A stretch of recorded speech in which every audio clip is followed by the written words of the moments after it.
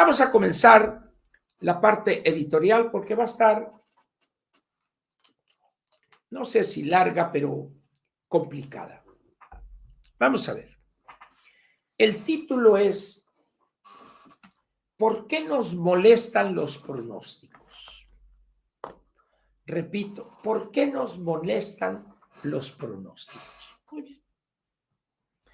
Esto es una cosa muy curiosa. ¿Cuáles son los pronósticos que nos molestan? No es el melate.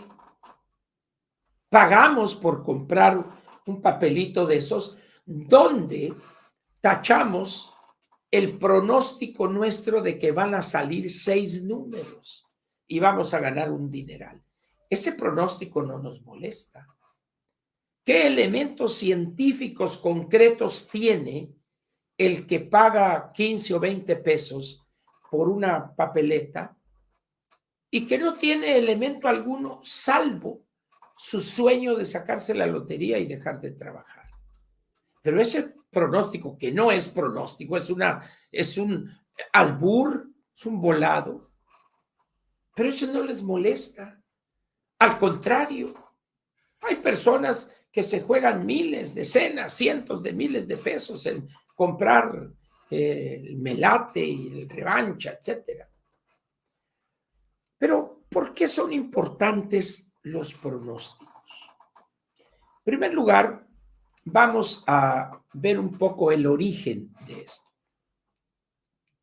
El ser humano, siendo el único ser vivo racional, desde hace siglos, por no decir milenios, es un ente, el ser humano, que se ha preocupado por qué sigue mañana.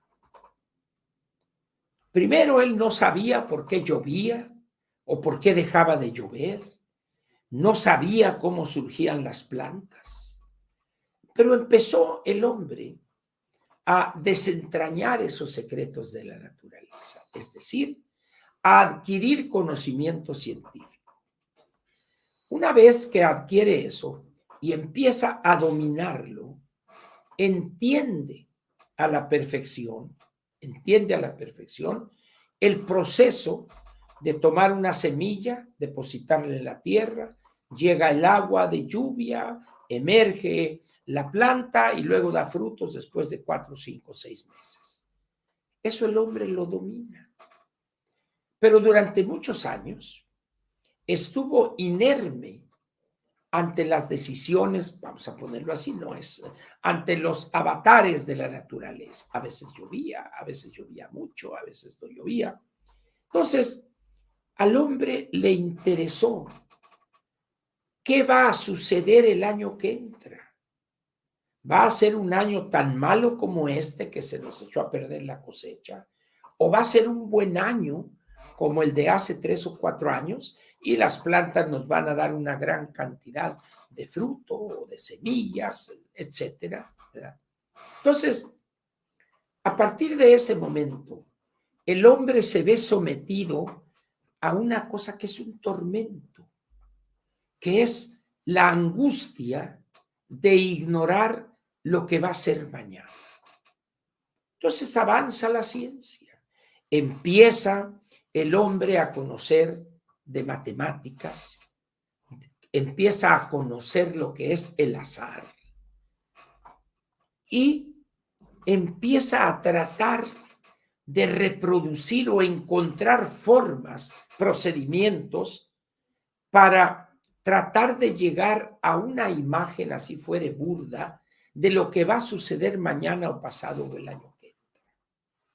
¿Y por qué es importante esta tarea para el ser humano? Porque eso le daría seguridad en su actividad productiva.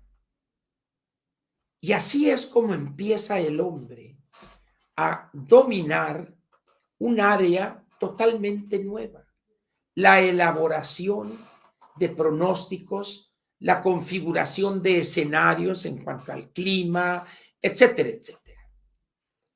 Y llegamos, vamos a decir, al siglo XIX, siglo XX, donde con la ayuda de los avances en matemáticas, empieza el hombre a crear fórmulas matemáticas que de una u otra manera, muy burda, muy fina, pretenden replicar la realidad y luego introducir algunos elementos que le diga, el año que entra no va a llover.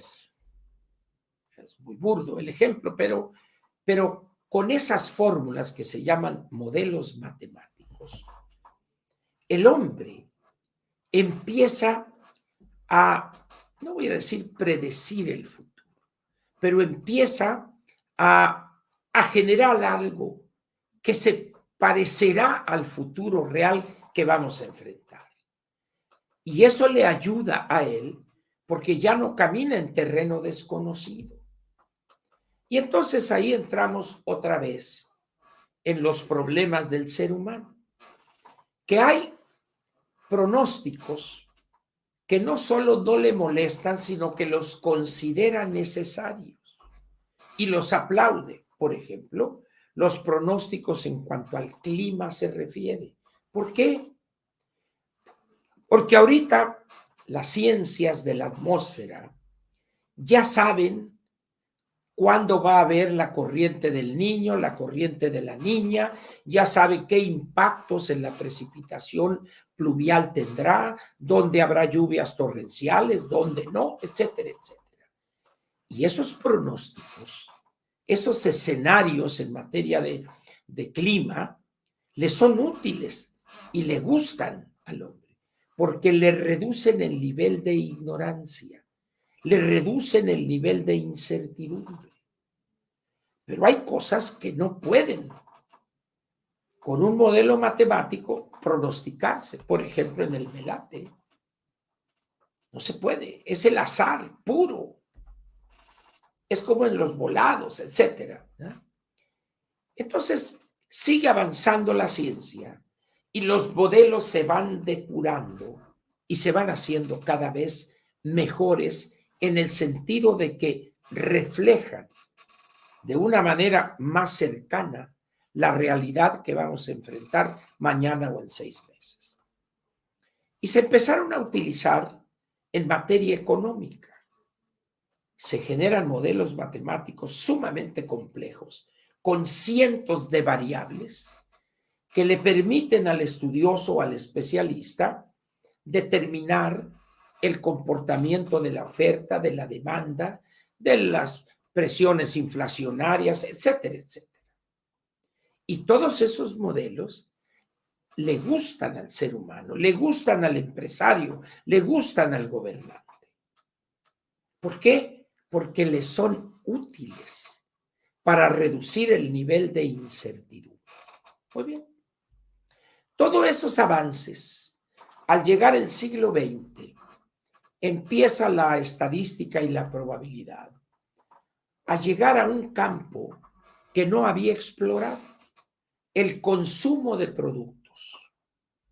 Y empiezan a aplicar avances probabilísticos, la teoría del muestreo, empiezan, y es en ese momento, para que una empresa construya una línea de producción nueva para, no sé, estos dulces, estas pastillas que son buenas para la garganta, entonces, ¿saben qué? Vamos a ordenar un estudio de mercado para ver cuáles son los productos que están en el mercado, cuáles son sus características, si las personas la recuerdan, esa marca, etcétera, y empiezan a analizar esos mercados. Determinan una muestra robusta en unos casos, otras débil, pero tratan de determinar cuál es la posición del ser humano, de la persona, frente a pastillas para la tos. Vamos a ponerlo así. Y se encuentran que hay muchas, que están las pastillas Usher, que están otras mentas, que, etcétera, etcétera. Entonces dicen ellos, ojo, lo nuestro es una cosa diferente porque tiene hierbas medicinales y ninguna de las que están en el mercado tiene eso. Segundo, esta cosa es suiza y la marca suiza tiene un atractivo, vale la pena, hacen los cálculos, cuánto nos va a costar, pero pasa. ¿Qué les ayudó a tomar la decisión? Pronósticos, imaginar el futuro frente al nuevo producto. Muy bien. Luego de ahí se pasó, ya que se domina en las cuestiones de mercado, de productos nuevos, tendencias de la moda, llegamos a lo que nos ocupa, los pronósticos electorales. Pero antes de eso hubo una parte que es lo que se llama técnicamente estudios demoscópicos, encuestas, pues para decirlo de manera coloquial. ¿Y qué hace ahí la probabilidad y la estadística? Toma una muestra de un conjunto de ciudadanos. La muestra puede ser, hay fórmulas matemáticas para determinar el número de encuestados. Todo eso está perfectamente estudiado desde hace muchísimos años, más de un siglo en Estados Unidos. Entonces, se ordenan encuestas con la gran limitación de que la encuesta es una foto del instante. Esa persona encuestada puede llegar a la esquina o llegar a su casa y ya cambió. Pero al menos el partido político que ordenó esa encuesta tiene un elemento. Y si la repite en una semana y en otra semana y en otra semana, probablemente tenga una serie de tiempo donde va él detectando el estado de ánimo del elector, sus preferencias, sus inclinaciones, etc. Hasta ahí no le estoy diciendo algo nuevo. Pero les recuerdo una cosa, las encuestas no hacen ganar elecciones.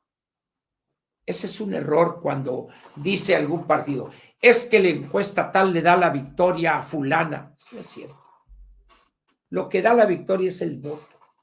Pero las encuestas sirven para ajustar la estrategia de los partidos, el comportamiento de los candidatos, etcétera, etcétera. Muy bien. Pero entonces entramos a un terreno movedizo. ¿Quién va a ganar esa elección? Muy bien. Seguramente a ustedes les gusta el box. Y va a pelear un señor, el Pimiento Pérez o el Canelo Sánchez, o no sé cómo se llama ese señor, de pelo así, de color de zanahoria. Y se dice, los momios, es decir, los pronósticos, favorecen al señor Pimiento. Y las apuestas pagarían tanto a tanto. ¿Por qué a la gente no le molesta eso? Y corren a apostar a favor o en contra del Pimiento y favorecen al Canelo. ¿Por qué? Porque les es útil, porque les elimina o reduce el desconocimiento. Pues esos dos boxeadores, estoy en Las Vegas con mi familia, mi compadre, y eso me sirve. ¿Por qué? Porque esos momios son la sabiduría acumulada de miles de apostadores. Entonces, ¿para qué tengo yo que andar batallando si ahí está un pronóstico? Me late, no me late, lo que quieran ustedes. Muy bien. Vamos a salirnos del box y vámonos a una campaña electoral. Muy bien. Están dos candidatas que van en busca del premio mayor, la presidencia de la República. Se van a enfrentar a 2 de 3 caídas sin límite de tiempo. Muy bien. Es un evento, dicen algunos, pero no es correcto. Va a ser un acto que se celebrará el 2 de junio, ya de las 8 de la mañana a las 6 de la tarde. No es evento, es la jornada electoral. Evento es algo que no sabemos si va a suceder. Por eso dice, en la eventualidad de esto, es decir, en caso de que eso se celebre, aquí no, aquí es algo seguro. Habrá elecciones el 2 de junio. Punto. No es evento. No digan esa burrada. Muy bien. Entonces hay dos personas que se van a enfrentar. No a golpes, ¿tá? No a insultos, sino que se van a enfrentar de otra manera, con su simpatía, con su imagen, con sus propuestas, llegado el momento, con su charme, su encanto, con la seducción que ejerzan sobre los electores. Su simpatía, dicen chistes, dicen una que otra grosería por allá. Es decir, todos esos elementos son las armas de esos dos adversarios. Es como en el caso del box. Uno tiene buen jab, otro tiene un uppercut, otro tiene el gancho al hígado, etcétera, etcétera. Bueno, aquí es lo mismo. Entonces, los apostadores, que no es lo que me interesa ahorita, pero hacen también sus pronósticos y la gente le mete dinero aún. Hay algunas personas que se guían por eso para decidir quién va a ganar la elección o no. Yo en lo personal no lo hago, detesto eso, no me parece serio, pero respeto a quienes apuesten en Las Vegas o donde sea, arriesguen su dinero mediante una apuesta. Yo no. Entonces, cuando alguien que se dedica a analizar la política electoral, que tiene experiencia en campañas, que ha conocido y trabajado con políticos verdaderamente profesionales, ha adquirido a lo largo de su vida profesional cierta capacidad analítica para poder, ante lo que ve y frente a la tarea que tiene frente a sí, el candidato o la candidata, emitir un juicio sobre las posibilidades de su victoria o de su derrota. Eso es lo que hace Ángel Verdugo. Ante lo que estoy viendo, con la experiencia que tengo, digo, afirmo, declaro, ya le estoy hablando como Adela Micha, va a ser derrotada la ingeniera Xóchitl Gálvez Ruiz. ¿Por qué razón? Por esto, es una mala candidata, tiene una mala imagen, es una persona con poca experiencia electoral, con poco conocimiento de las materias básicas de la gobernación, no sabe de economía, no sabe de esto, no sabe del otro, y tiene un equipo pésimo para asesorarla y conducirla al éxito en la campaña, de manera resumida. Entonces, con esos elementos yo elaboro un pronóstico. Evidentemente no es la ley. La realidad no se va a comportar como yo digo. Pero, ojo, con la experiencia que tengo, pienso y por lo tanto analizo que la ingeniera va a ser derrotada. Y además afirmo que mucha de esa derrota se va a explicar no por las bondades de la de enfrente, sino por sus debilidades. Junto todo eso, lo depuro, lo sistematizo y concluyo. Va a ser derrotada. Ahorita me voy a referir nada más a la presidencia. En la siguiente plática, la semana que viene, hablaré del Congreso. Ya les llegará su fiestecita, ¿verdad? Entonces, cuando yo elaboro eso y lo expreso, porque a mí nadie me ha contratado ni quiero, ¿no? O sea, por eso dice la gente, no, es que está dolido porque no lo han llamado de Xóchitl. ¿Ustedes piensan que yo iba a trabajar a gusto con una persona, con todo respeto, tan limitada políticamente como la ingeniera? Voy a decir algo que suena grosero, pero yo para trabajar con alguien necesito reconocerle a esa persona su inteligencia, su capacidad. Si no la tiene, no trabajo con esa persona. Entonces, con la ingeniera yo jamás trabajaría. Nunca de los nunca. ¿Por qué? Porque mi opinión, mi juicio sobre ella como candidata es reprobatorio. Entonces, que no, es que estás molesto porque no te han llamado. ¿No me ha llamado quién? El que me llame lo mando al rancho de Palenque. Otros, es que está dolido porque Enrique no quedó. Pues el que debería estar molesto es Enrique. Yo no estaba buscando la candidatura. Mi posición era que de los 13 era el mejor y lo sigo sosteniendo, además. ¿Verdad? ¿Por qué? Porque el juicio que yo elaboré en ese momento de los 13 fue documentado, sostenido, y sigo repitiendo, el que debió haber sido candidato con todo lo que diga es Enrique de la Madrid. Pero luego tenemos a los futurólogos. A ver, dice, pero si hubiese sido Enrique, usted no lo estaría criticando. ¿Qué? ¿De dónde sacan ustedes que yo no iba a criticar a Enrique? Por supuesto, e iba a ser su principal crítico. ¿Por qué? Porque me interesaría mucho que fuera el mejor y ganar la elección. Entonces llegamos aquí a esta posición. De repente yo digo que va a perder la ingeniera. Y se prenden todos. Y la pregunta es, ¿por qué les molesta ese pronóstico? ¿A qué se debe esa molestia, ese coraje y esos insultos? La verdad es que este día el tuit ha sido pródigo conmigo, porque personas que yo tenía en alta estima, personas inteligentes, sesudas, se han exhibido casi a nivel de retraso mental. Fueron incapaces siquiera.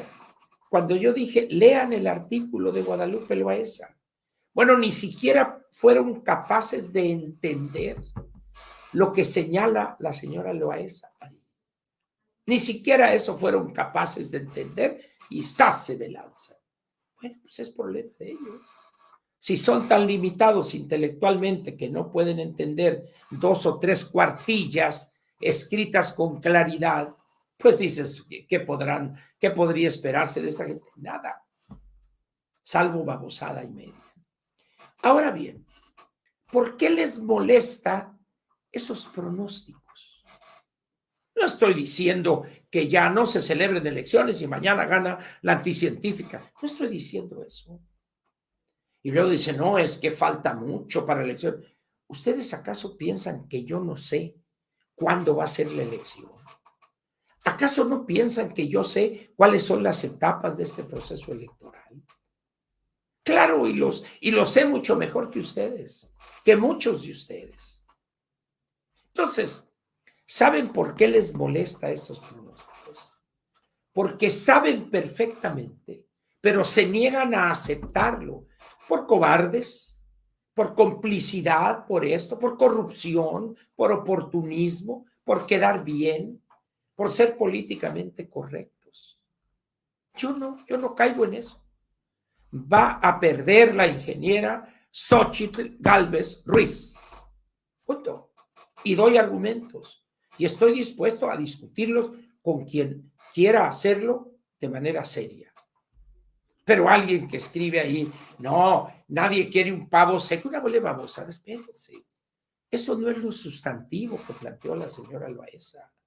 Pero como no tienen capacidad para entender lo que está señalando ahí, entonces dicen estupideces. Pero en el caso de los que se molestan por mi pronóstico, lo que sucede, lo que hay detrás de su posición, es el miedo a reconocer que efectivamente se seleccionó o se designó la peor de las candidaturas. La peor, así. Entonces, ¿cómo? Por los compromisos políticos, por acá, por las relaciones, etcétera. Entonces tienen miedo. No, ánimo, vamos a ganar, y la ingeniera, y faltan. Tenga su ingeniera. Va a perder, señores. Es que la otra es peor, sí, pero el único problema es que la otra está apoyada por 22 gobiernos estatales y por el gobierno de la Ciudad de México. Y aquí les va. Estos son los números más recientes del 14 de diciembre del INE. El número de electores en 10 estados. 10 estados. no los 31 más la Ciudad de México, en 10 estados. Ahí les va.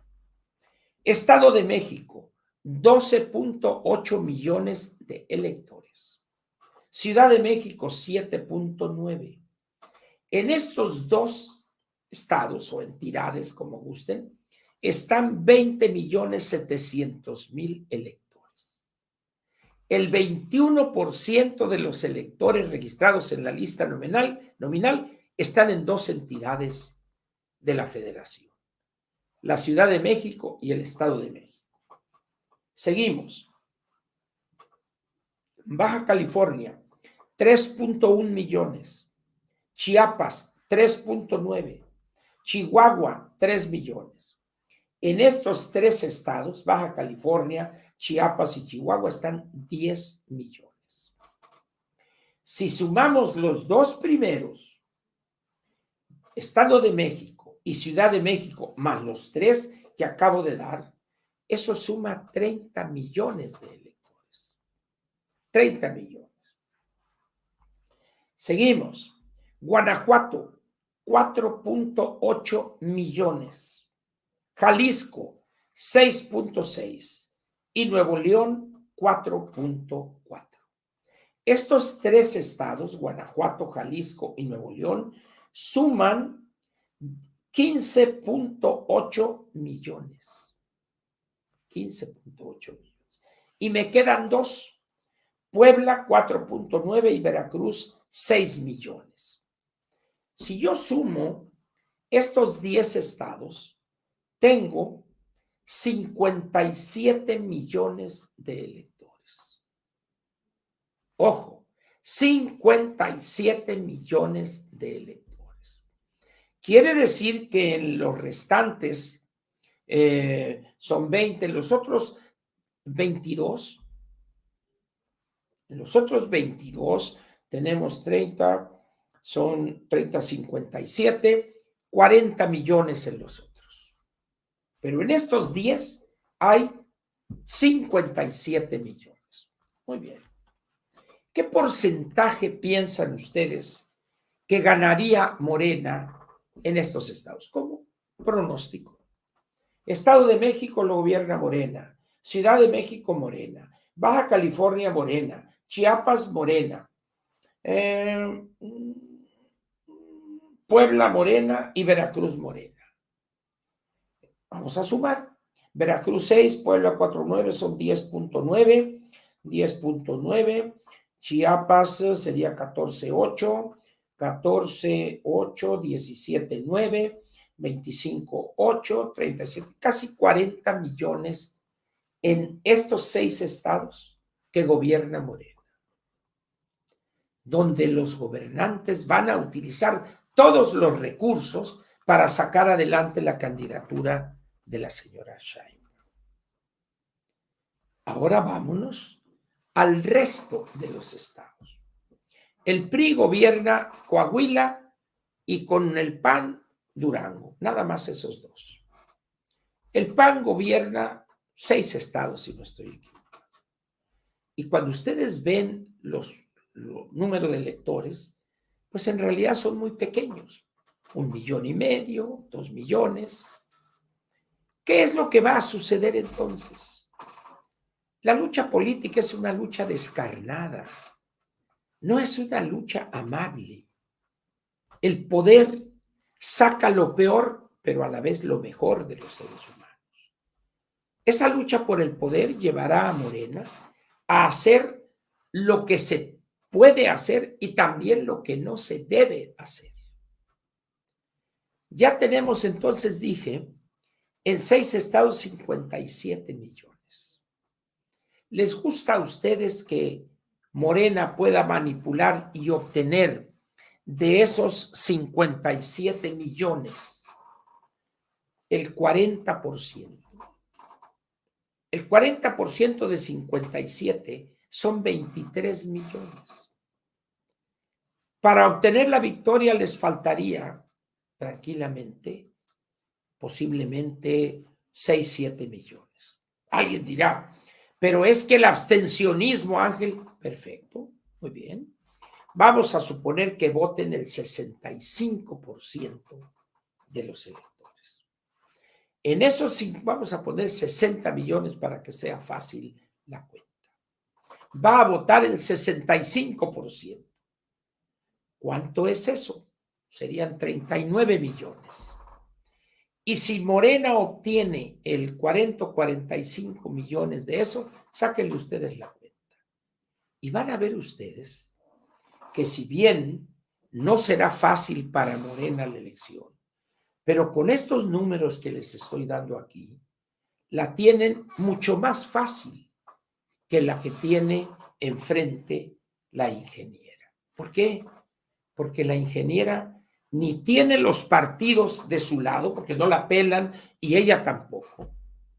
Y Morena tiene, y la Claudia tiene a Morena, al Verde y al PT, y disciplinaditos todos. Tiene 23 estados donde controlan presupuestos, recursos, etc. Entonces, si uno juntamos esos elementos, entre otros, lo lógico es que uno plantee, va a ganar Morena y su candidata. Punto. Bueno, es que ahí, Ángel, tenemos la esperanza. Bueno, quédense con su esperanza. Yo me quedo con estos números. Y vamos a ver quién estará más cerca de la realidad.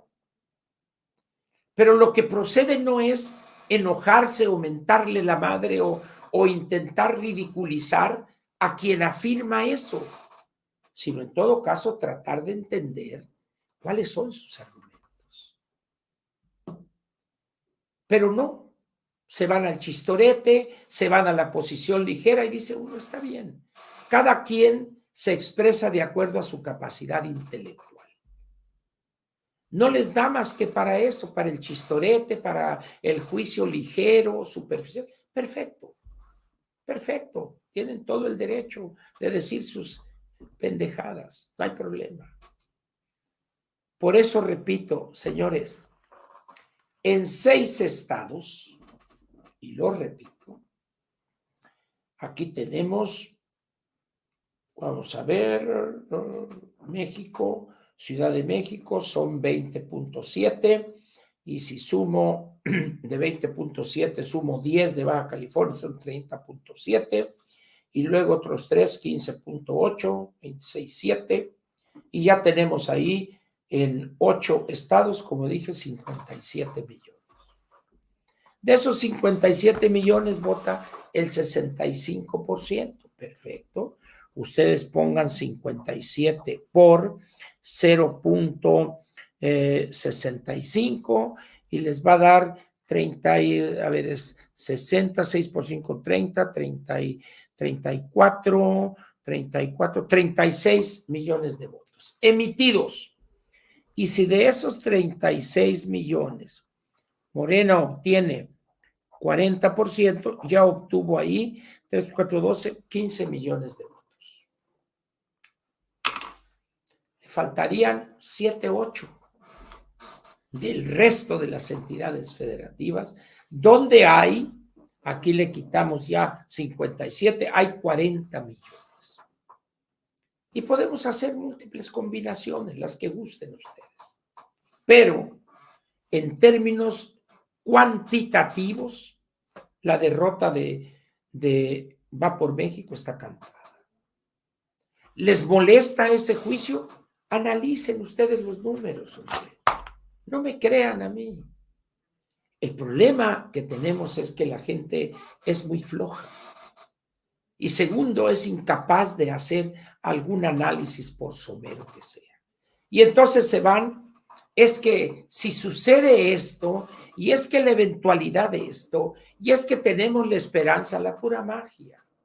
¿Por qué no dicen vamos a ir al Zócalo a disfrazarnos de danzantes aztecas y vamos, vamos a ver, Xochitl, ganadora. Muy bien. Pero mientras ustedes están bailando ahí para que se concrete esa esperanza, los otros se están preparando con recursos humanos, materiales y monetarios. Para que vean la diferencia. En consecuencia, pues, les pregunto, ¿quién piensan ustedes que con esto que he dicho tiene mayores posibilidades de ganar la elección? Quizá ustedes digan Xóchitl, porque es simpática, porque prepara muy buen bacalao, perfecto. Pero eso simplemente expresaría de parte de ustedes la renuencia a reconocer que Xóchitl no levantó. Xóchitl empezó su campaña, pre-campaña, lo que quieran, desde mayo. Mayo, junio, julio, agosto, septiembre, octubre, noviembre y diciembre. Tiene 8 meses o 7 meses. No ha levantado. Que las encuestas amañadas, no me refiero a eso, no ha levantado. Se ve, anda, como dijo la señora Loaesa, sola, así, con las piernas abiertas, acá decaída. Pues no. Es decir, ya es el ambiente de la derrota. Acéptenlo, señores. Yo he visto muchas elecciones, he participado en campañas. El ambiente de la derrota se huele, se siente, flota en el ambiente. Así es que ustedes pueden criticarme y decir, un buen amigo me dice, no, ya le hiciste al Walter Mercado, ya hablas de la derrota de la ingeniera y que los partidos van a perder el Congreso. Así es. Así es. Ante lo que veo, eso es lo que puedo concluir. Pero si yo me rijo porque no, ves que mira, vas a ver, y que acá y lo que... No, pues así ya entramos en la magia. Y no le hago yo a la magia. Para magos, Beto el Boticario y ya se murió. Ese era un magazo. Números, señores. Números. Aritmética electoral. Proyecciones. Entender la relación del poder con el ciudadano, el dinero con el ciudadano. Por eso, repito, la derrota es lo que le espera a la ingeniera. ¿A quién le van a echar la culpa? A todos los demás. Pero nadie va a decirle, ingeniera, usted es la responsable de esta derrota porque es pésima candidata. Y ustedes, partidos, son responsables de la derrota porque no se supieron imponer para no seleccionar a esta pésima candidata. Punto. Y el 3 de junio estaré diciendo exactamente eso. Eso voy a decir. ¿Que va a molestar a algunos amigos que tengo en las estructuras de los partidos? Pues bueno, pues sí. Pero necesitamos empezar a decirnos la verdad, a hablarnos con la verdad, no con ilusiones, no con esperanzas. No, señores, seamos adultos. Es decir, esto no es comprar un boletito del Melate y esperar que se van a sacar y se van a retirar a vivir en Cancún o no sé dónde. No, señores, esto no funciona así. Pero respeto a quien piensa así. Pero en la medida en que esos se nieguen o no se atrevan a decirles a las personas que los escuchan, ¿sabes qué? Nos va a llevar la patada. Por esto, por esto, por esto. En ese momento van a estar alimentando una ilusión. Y las ilusiones son eso, ilusiones nada más. Les deseo la mejor de las suertes a esos que con sus pretendidos chistoretes pretenden esconder su ignorancia y cobardía para aceptar lo que estoy mostrando aquí. Y por otra parte, se exhiben los compromisos que tienen por X o Y razones. Yo en ese sentido, ¿qué compromiso tengo? Pues ninguno. Entonces, el que quiera seguir creyendo en la esperanza y ánimo y vamos, está en todo su derecho, legítimo además. Y si llegare a ganar la ingeniera, yo diría, qué bueno, Qué bueno que estuve equivocado. No más que les he prevenido. Si la ingeniera gana la presidencia y no gana el Congreso con al menos la mayoría absoluta, va a ser esto un desastre. Lo he dicho y hoy lo repito. Y he dicho algo más. Si a mí me pusieran en la balanza y me dijeran, ¿qué quieres? ¿La presidencia o el Congreso? Con los ojos cerrados les digo el Congreso. Con los ojos cerrados. En fin, usted decida, pero haga lo que sea, pero salga a votar. Convenza a sus amigos, parientes, etcétera, salir a votar. Y por otra parte les digo, no le tengan miedo a los pronósticos. Los pronósticos no son camisa de fuerza, es una simple estimación de lo que podría suceder el 2 de junio. Nada más. Nada más. Si ustedes creen, en el sentido casi religioso, que la esperanza ya está, perfecto. Pero yo les pediría que en vez de creer, mejor piensen. Piensen. Como diría Agustín Lara en aquella bella canción, piénsalo bien, mulata, piénsalo bien. Porque con puras esperanzas, puros deseos, pura magia, no van a llegar a parte alguna. Aquí termina la parte editorial de Platica con Ángel. Déjenme ver si algo se me pasó. Nada más. Aquí termina, pues, la parte editorial de Platica con Ángel, correspondiente al viernes 5, pero que la estamos celebrando y la hemos celebrado el jueves 4 de enero del año 2023.